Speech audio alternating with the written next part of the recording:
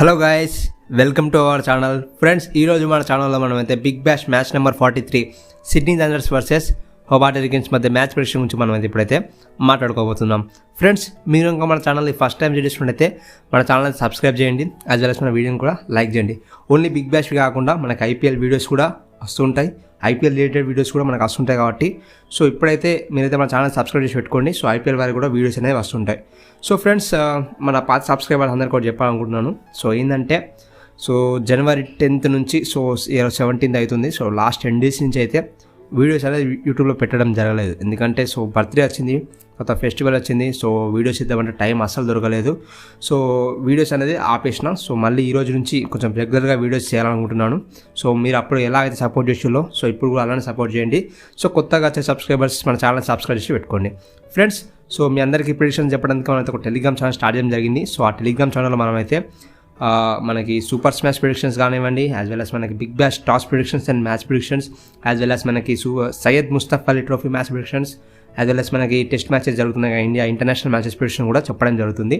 So మీరు ఇంకా Telegram channel join కాకుంటే లింక్ వచ్చి డిస్క్రిప్షన్లో ఇస్తాను, జాయిన్ అయితే అవ్వండి. యాజ్ వెల్ as ఒకవేళ లింక్ పని చేయకపోతే హలో స్పోర్ట్స్ అని సెర్చ్ చేయండి. సో హలో స్పోర్ట్స్ అని సెర్చ్ చేస్తే మీకు మన ఛానల్ లోగోతో కలిపి మన ఛానల్ లోగో ఫోటో ఉంటుంది కదా, సో ఆ ఫోటోతో ఒక గ్రూప్ కనబడుతుంది. సో అందులో జాయిన్ అయితే అవ్వండి. సో అక్కడ మీరైతే మన ప్రెడిక్షన్స్ అయితే తీసుకుంటారు. సో ఇప్పుడైతే మనమైతే మ్యాచ్ ప్రెడిక్షన్లోకి వెళ్ళిపోయినట్టయితే మనకైతే Sydney Thunders versus Hobart Hurricanes. So first of all వీళ్ళిద్దరి మన పాయింట్స్ టేబుల్లో వీళ్ళు పొజిషన్ చూసుకున్నట్టయితే హోబార్ట్ హరికేన్స్ లాస్ట్ 7th పొజిషన్లో ఉంది. సో 10 matchesలో 5 గెలిచింది అండ్ 5 ఓడిపోయి 19 points వాళ్ళైతే 7th పొజిషన్లో ఉంది. ఎక్కడైతే మనకి సిడ్నీ థండర్స్ గురించి మాట్లాడుకున్నట్టయితే సో సిడ్నీ థండర్స్ పాయింట్స్ టేబుల్లో మాత్రం హోబార్ట్ హరికేన్స్ డామినేట్ చేస్తుంది. సిడ్నీ థండర్స్ 10 matchesలో 6 wins 4 losesతో వాళ్ళైతే మనకైతే నెంబర్ 2 పొజిషన్లో ఉన్నారు. సో ఆల్మోస్ట్ వాళ్ళైతే ప్లే ఆఫ్స్ దగ్గర దాకా వెళ్ళిపోయారు.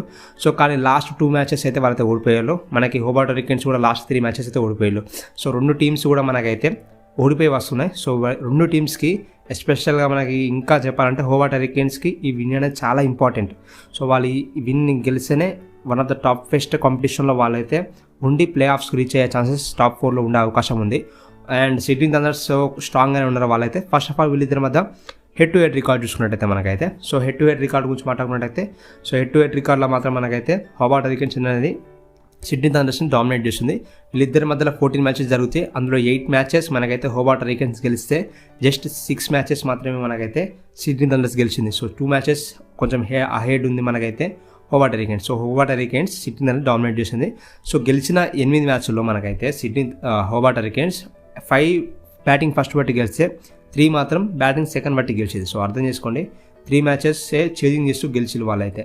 కానీ ఇక్కడ మన సిడ్నీ థండర్స్ గురించి మాట్లాడుకుంటే వాళ్ళు కూడా గెలిచిన 6 matchesలో 3 matches వాళ్ళు చేజింగ్ చేస్తూ గెలిచిళ్ళు అండ్ 4 matches వాళ్ళు బ్యాటింగ్ ఫస్ట్ బట్టి గెలిచిళ్ళు.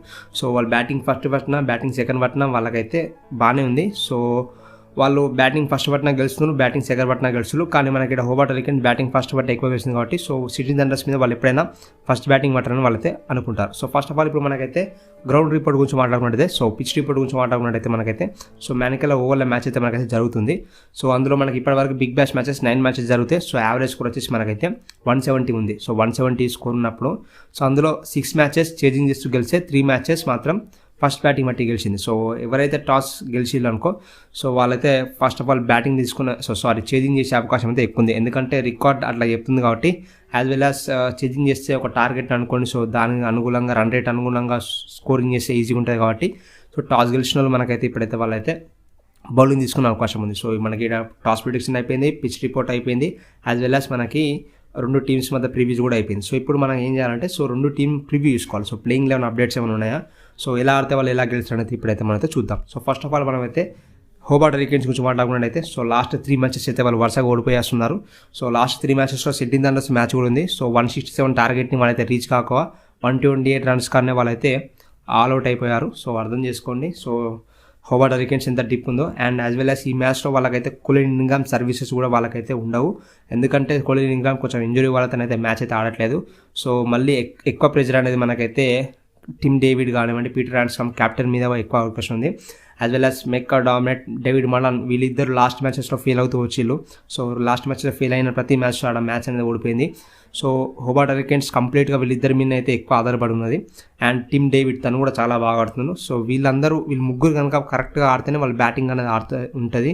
ఎందుకంటే కొలిన్ గ్రామ్ వాళ్ళ టీంలో నుంచి డ్రాప్ అయింది కాబట్టి. సో వీళ్ళ ముగ్గురు మీద అనేది ఎక్కువ ప్రెషర్ ఉంటుంది. సో వీళ్ళందరూ మనకైతే చూసుకుంటూ ఆడాలి. యాజ్ వెల్ యాజ్ మనకి ఇప్పుడు డేర్సీ షాట్ అయితే బౌలింగ్లో అయితే పర్వాలేదు అనిపిస్తుండు, కానీ బ్యాటింగ్లో జస్ట్ 2 ఆఫ్ వికెట్స్ ఉన్నాయి ఈ సీజన్ మొత్తంలో. సో తను కొంచెం ఫైర్ అప్ కావాలి. సో లాస్ట్ మ్యాచ్లో 50 రన్స్ స్కోర్ చేసిన పెట్ స్కాచర్స్ తోటి, కానీ అది సరిపోదు, కానీ ఇంకా ఎక్కువ ఆడాలి. అండ్ తను ఈ మ్యాచ్లో ఆడతారు అనుకుంటున్నాం. సో మనకి విల్ జాక్స్ ఈ మ్యాచ్లో తనకి ప్లేస్ దొరికే అవకాశం ఉంది. ఎందుకంటే మనకి కొలిన్ గ్రామ్ ఆడట్లేదు కాబట్టి 1 డౌన్లో మనకి తను వచ్చే అవకాశం ఉంది విల్ జాక్స్. సో బౌలింగ్ విషయానికి వస్తే సందీప్ లంచానే అంతగానో అయితే అప్ టు ద మార్క్ అయితే పర్ఫామ్ అయితే చేయట్లేదు. సో జేమ్స్ ఫాల్కనర్ లేని లోటు అయితే కనబడుతుంది. సో ఫాస్ట్ బౌలింగ్ అనేది ఇన్ఎక్స్పీరియన్స్ ఉంది. నాదర్ హిల్స్ కానివ్వండి, మనకి మెడ్తి కానివ్వండి, సో వీళ్ళైతే అంతగానైతే పర్ఫామ్ చేయట్లేదు. సో వీళ్ళ బౌలింగ్ అనేది వాళ్ళ బ్యాటింగ్ అనేది వాళ్ళ స్ట్రెంత్ కాబట్టి, సో వాళ్ళ బ్యాటింగ్ పర్ఫామ్ చేస్తే వాళ్ళ బౌలింగ్ కూడా పర్ఫామ్ చేస్తుంది. సో ఇప్పుడైతే మనం సిడ్నీ థండర్స్ గురించి మాట్లాడుకున్నట్టయితే, సో లాస్ట్ 2 మ్యాచెస్ సిడ్నీ సిక్సర్తో మ్యాచ్ ఓడిపోయారు, పెట్ స్కాచర్స్తో మ్యాచ్ ఓడిపోయారు. సో 2 మ్యాచ్లో మనకైతే అర్థమైంది అంటే, సో వాళ్ళ బ్యాటింగ్ అనేది కొలాప్స్ అయింది. ఎస్పెషల్గా మిడిల్ ఆర్డర్ అనేది చాలా గట్టిగా కొలాప్స్ అయింది. సో మనకి బెన్ కట్టింగ్ కానివ్వండి, శామ్ బెల్లింగ్స్ కానివ్వండి, సో అలెక్స్ రోజ్ కానివ్వండి, సో వీళ్ళందరూ గట్టిగా కొలాప్స్ అవుతున్నారు. Usman Khawaja on and off performance ఇస్తున్నాడు, కానీ అలెక్స్ సేల్స్ అయితే ఒక్కటే కొంచెం గట్టిగా ఆడుతుందో, తనకి సపోర్ట్ అయితే ఎవరు ఇవ్వట్లేదు. అండ్ కెప్టెన్ ఫెర్గాసన్ కూడా పర్వాలేదు అన్నట్టు ఆడుతున్నారు, కానీ ఇంతవరకు స్టార్టింగ్లో పర్వాలేదు అన్నట్టు ఆడింది, కానీ ఇప్పుడైతే మొత్తం డిసప్పాయింట్ చేస్తుండో. సో బ్యాటింగ్ అనేది చెక్ చేసుకోవాలి ఒకసారి. అండ్ వీళ్ళ బౌలింగ్ విషయానికి వస్తే మనకైతే తన్వీర్ సంఘ పర్వాలేదు అన్నట్టు బౌలింగ్ చేస్తుండ్రు. Chris green last match miss అయింది, ఈ మ్యాచ్ వచ్చే అవకాశం ఉంది. మెక్ఆండ్రూస్ కానీ, లైన్ కానీ, ఫాస్ట్ బౌలింగ్ అయితే అస్సలు కరెక్ట్గా పనిచేయట్లేదు వాళ్ళదైతే. సో ఫాస్ట్ బౌలింగ్ కొంచెం వాళ్ళ లైన్ సెట్ చేసుకోవాలి వాళ్ళు ఫాస్ట్ బౌలింగ్లో. సో బ్యాటింగ్ విషయానికి వచ్చి చెప్పినా కదా, సో వాళ్ళ ఒక చేంజ్ చేయాలి. నాకు అనిపించే చేంజ్ ఏంటంటే, సో అలెక్స్ రోజ్ ప్లేస్లో మనకైతే ఓలియర్ డావ్స్ని తీసుకొచ్చే అవకాశం చాలా గట్టిగా ఉంది.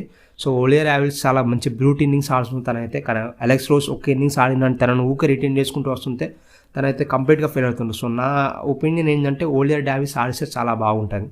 సో ఇక్కడ మనకి విన్ ప్రిడిక్షన్ గురించి మాట్లాడుకున్నట్టయితే మనకైతే, సో బ్యాటింగ్లో మనకైతే వరుసగా 2 మ్యాచ్లో ఫెయిల్ అయినా కూడా సిడ్నీ థండర్స్ బ్యాటింగ్ అనేది చాలా స్ట్రాంగ్గా ఉంటుంది. బౌలింగ్ విషయానికి కొంచెం బౌలింగ్ 2 టీమ్స్ వీక్ ఉన్నాయి కాబట్టి సో మైనస్ అయిపోతుంది బౌలింగ్. సో ఇప్పుడు బ్యాటింగ్ విషయానికి వస్తే మనకి సిడ్నీ థండర్స్ ఎక్కువ ఉంది కాబట్టి, సో సిడ్నీ థండర్స్ ఈ మ్యాచ్లో గెలిచే అవకాశం అయితే ఉంది. సో ఇది మాత్రం నా ఫైనల్ ఒపీనియన్ అయితే కాదు. టాస్ తర్వాత మనకి ఏమన్నా చేంజెస్ ఏమైనా జరిగితే మాత్రం నా టెలిగ్రామ్ ఛానల్లో నేనైతే చేస్తాను, సో అప్డేట్ చేస్తాను. సో మీ టెలిగ్రామ్ ఛానల్ జాయిన్ అంటే లింక్ డిస్క్రిప్షన్లో ఇస్తాను. ఒకవేళ సిడ్నీ థండర్స్ టాస్ గెలిచి ఫస్ట్ బ్యాటింగ్ పడితే, సో హై స్కోరింగ్ పిచ్ కాబట్టి మనకైతే 170 నుంచి 185 మధ్య స్కోర్ వచ్చే అవకాశం ఉంది. సో హోబార్ట్ హరికేన్స్ వాళ్ళ బ్యాటింగ్ కొంచెం ల్యాక్ అయింది కాబట్టి కొలిన్ గ్రామ్ లేకపోవడంతో 165 నుంచి 175 మధ్య వచ్చే అవకాశం ఉంది. సో విన్నింగ్ పర్సంటేజ్ మాత్రం ఇప్పుడైతే సో సిడ్నీ థండర్స్ అయితే ఉంది. సో టాస్ తర్వాత మళ్ళీ ఏమైనా ప్లేయింగ్ ఏమైనా చేంజెస్ ఏమైనా జరిగితే అయితే పోస్ట్ ఇస్తాను. సో మీరు టెలిగ్రామ్ ఛానల్ ఇంకా జాయిన్ అవ్వకపోతే లింక్ అయితే డిస్క్రిప్షన్లో ఇస్తాను, జాయిన్ అవుతామండి.